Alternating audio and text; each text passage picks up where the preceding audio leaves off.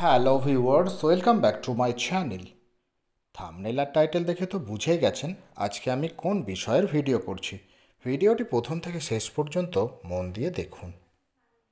এই গাছটি আমার বোগেনভেলিয়া গাছ, যার আইডি পার্থ। এই দেখুন স্কিনে এইরকম ফুল হয়। তা গাছটি আমার নিজের হাতে কাটিং থেকে তৈরি, কারণ এই ভ্যারাইটির গাছ আমার দাদার আছে। সেই দাদার থেকেই সেই মাদার থেকে আমি কাটিং সংগ্রহ করে চারা গাছ তৈরি করেছিলাম। তা একটা ছোট্ট প্লাস্টিক পটে আছে, তা এখন বেশ বড়সড় হয়েছে, রুট বেশ বাউন্ডিং হয়েছে। তা এখন পট চেঞ্জ করার সময় হয়ে এসেছে। একটু বলে রাখি আপনাদের, এই যে বর্ষার সময় গাছের যে রিপোর্টিং মানে টব চেঞ্জ করা, এটা আপনারা অনায়াসেই করতে পারেন, বা আপনারা কাটায় ছাটায় সব কিছুই করতে পারেন। তাই এর জন্য কি মাটি প্রস্তুত করব আমরা। ওয়েল ড্রেনেজ সয়েল হওয়া জরুরি, কারণ বোগেনভেলিয়া একদম জল জমে থাকা পছন্দ করে না। সেই জন্যে যে 1 ভাগ বালি, 1 ভাগ মাটি, 1 ভাগ কম্পোস্ট, আমি এখানে ভার্মি কম্পোস্ট ইউজ করছি। আপনারা কাউডাং কম্পোস্ট ইউজ করতে পারেন, তবে অবশ্যই 1 বছরের যেন পুরনো হওয়া যায়। আর এইখানে আমি নিয়ে নিয়েছি 1 মুঠো সর্ষের গুঁড়ো খোল, 1 মুঠো নিম খোল, 2 চামচ হাড় গুঁড়ো, 2 চামচ শিংকুচি, 2 চামচ রক্ত সার বা চামড়া সার, 2 চামচ কলার খোসার গুঁড়ো। আপনারা কলার খোসার পরিবর্তে আপনারা যে লাল পটাশ ব্যবহার করতে পারেন। তা এই সব কিছু উপাদান দিয়ে আমি মাটিটা প্রস্তুত করে নেব। আর মাটিটা অবশ্যই আপনারা 1 মাস আগে প্রস্তুত করে রাখবেন, তাহলে ভালো রেজাল্ট পাবেন। এমনি ভিডিও বড় হয়ে যাবে, তাই আর কি, যেহেতু আমি একা হাতে ভিডিওটা করছি, তাই একটু কষ্ট করে দেখে নেবেন।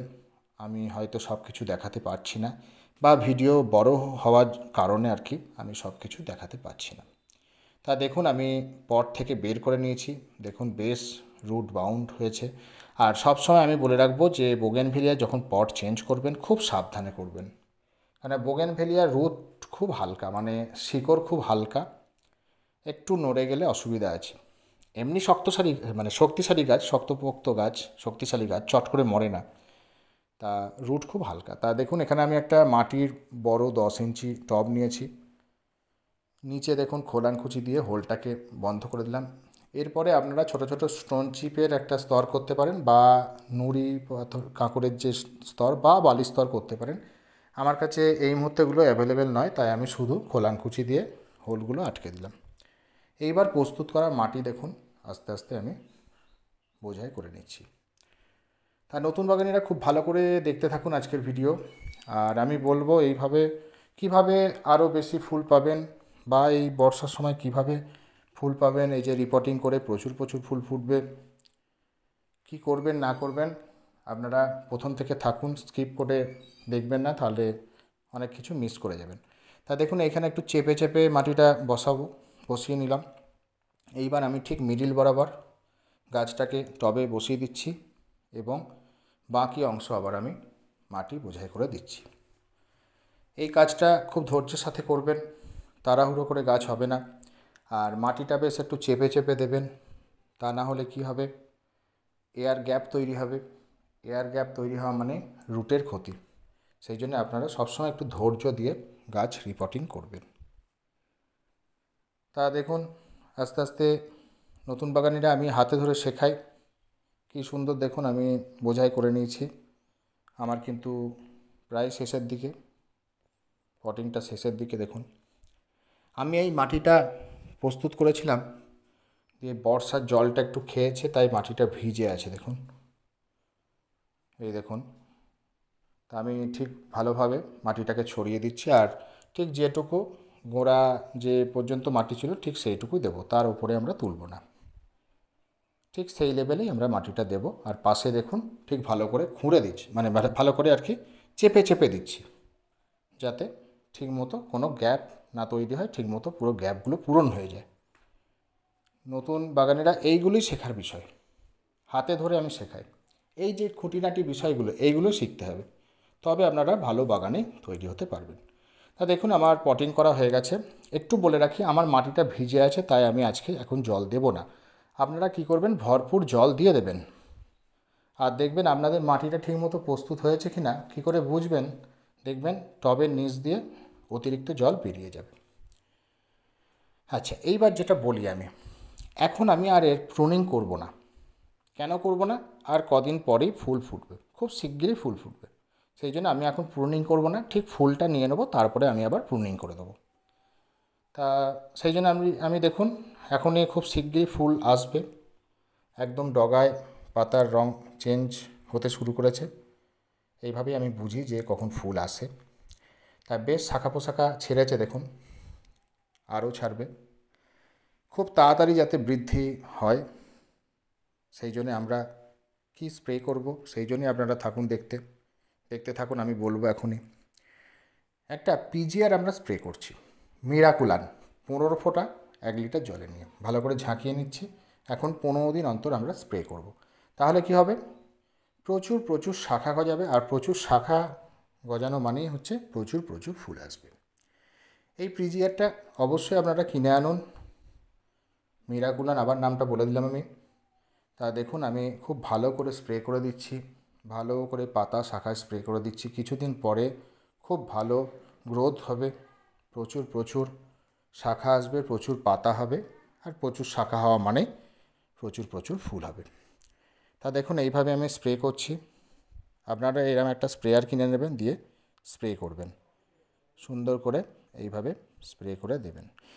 এইগুলোই কিন্তু আপনাদের খুঁটিনাটি বিষয়, জানার বিষয়, শেখার বিষয়। তো এগুলো হাতে ধরে ঠিকমতো আমি আপনাদের শেখাই। তাহলে একটা জেনে গেলেন যে ভালো গ্রোথের জন্য আমরা পিজিআর ব্যবহার করব।